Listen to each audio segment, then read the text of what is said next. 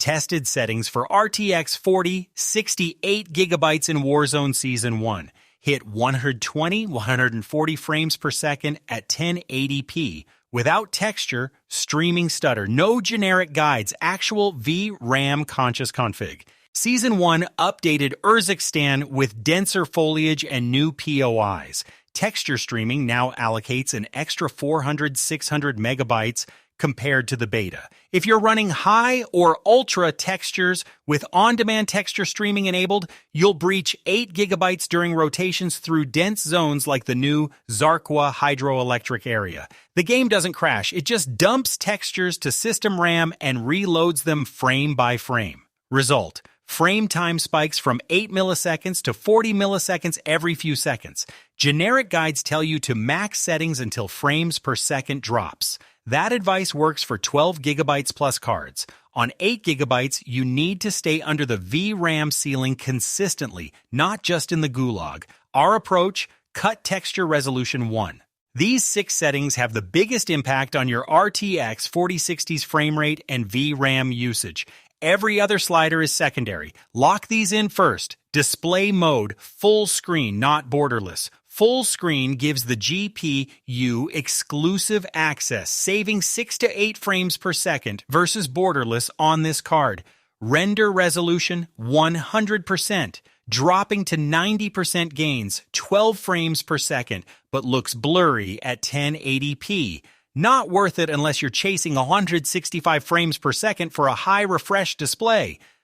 Texture resolution, normal, not high. High textures use 6.8 gigabytes VRAM, normal uses 5.1 gigabytes. Visual difference is minimal at 1080p. You won't notice unless you ADS on distant signage. Texture filter, anisotropic, high, 2x, 4x equivalent. Low looks muddy on angled surfaces, high costs. Once the core 6 are set, these settings let you push closer to 144 frames per second or add visual quality if you're comfortable at 120. Adjust based on whether you prioritize frames or fidelity. Particle quality, low. Explosions and smoke cost 6 to 8 frames per second on normal. Low still shows enough for gameplay reads. Ambient occlusion, off. AO darkens shadows and corners. Nice for screenshots, costs 5 frames per second for minimal tactical benefit. Screen space reflections, off. Puddles and windows look flat, but you gain 4 frames per second and 200 megabytes VRAM. Depth of field, off. Blurs background when ADSing. Wastes 3 frames per second, and most players disable for clarity anyway. This aggressive config hits 138 to 148 frames per second in. Warzone's in-game settings don't expose every performance lever. 3 quick changes in NVIDIA control panel squeeze an extra 6 to 10 frames per second from the 4060 without touching VRAM. Power management mode. Prefer maximum performance. Default optimal mode lets the GPU idle between frames. Max performance keeps clocks high, adds 4 to 6 frames per second, and increases power draw by 8 watts. Low latency mode. On, not ultra. On mode reduces pre-rendered frames to 1, cutting input lag. Ultra can cause stutter on 8 gigabytes cards when VRAM is tight. Texture filtering. Quality, high performance. Trades tiny texture sharpness loss for 2 to 3 frames per second, imperceptible at 1080p during actual gameplay. These apply globally to all games, so you set. Your RTX 4060 doesn't exist in a vacuum. Windows, background apps, and RAM speed all chip away at frames per second. 2 high-impact fixes that take under 10 minutes. First, disable hardware accelerated GPU scheduling, HAGS, in Windows graphics settings.